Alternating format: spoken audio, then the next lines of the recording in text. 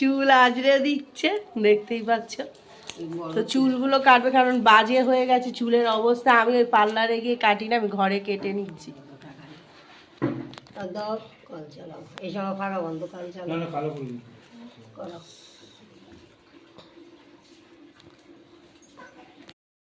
তো দেখো এবার বাবা ভিডিও করে দিচ্ছে, চুলটা কাটছে মা। চুল ফেটে 12টা বেজে গেছে, অনেকদিন ধরে কাটা হয়নি।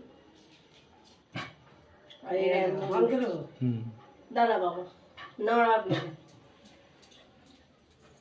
যে খুব সাবধানে করতে হবে, আস্তে আস্তে। তো অনেকদিন পরে কাটা হচ্ছে চুল, কারণ এর আগে একবার যা কেটে অবস্থায়, চুল কাটার একটা ঘটনা আছে জানো ভূতে, পরে বলবো ভিডিওতে, ভৌতিক ঘটনা।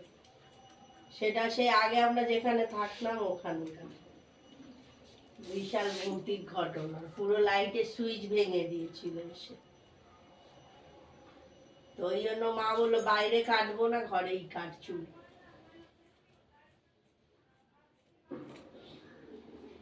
তো তোমরা কারা এরকম বাড়িতে চুল কেটে নাও বলবে। যারা মেকআপ জানে বা এ করে তাদের ব্যাপার আলাদা, আমাদের অত এক্সপিরিয়েন্স নেই, এমনি কেটে দিচ্ছে। আমার অত চুলের স্টাইল করার দরকার নেই, নর্মালি হলেই হবে।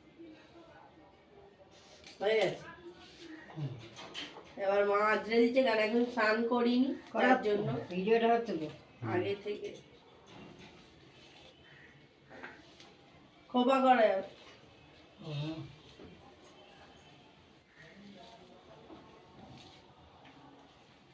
যদি সিল্কি সাইনটা থাকতো দিলেই একদম সিল্কের মতো, ওইগুলো আনা হয় না আমাদের, আগে থাকতো। স্নান করে চুলে দিলে বা কন্ডিশনার দিয়ে সমান হয়েছে না। দেখো দেখো তোমরাও দেখে বলো সমান হয়েছে কি আর কেমন লাগলো, অবশ্যই কমেন্ট করবে। এবার বন্ধ দিয়ে দাও, দিয়ে দাও।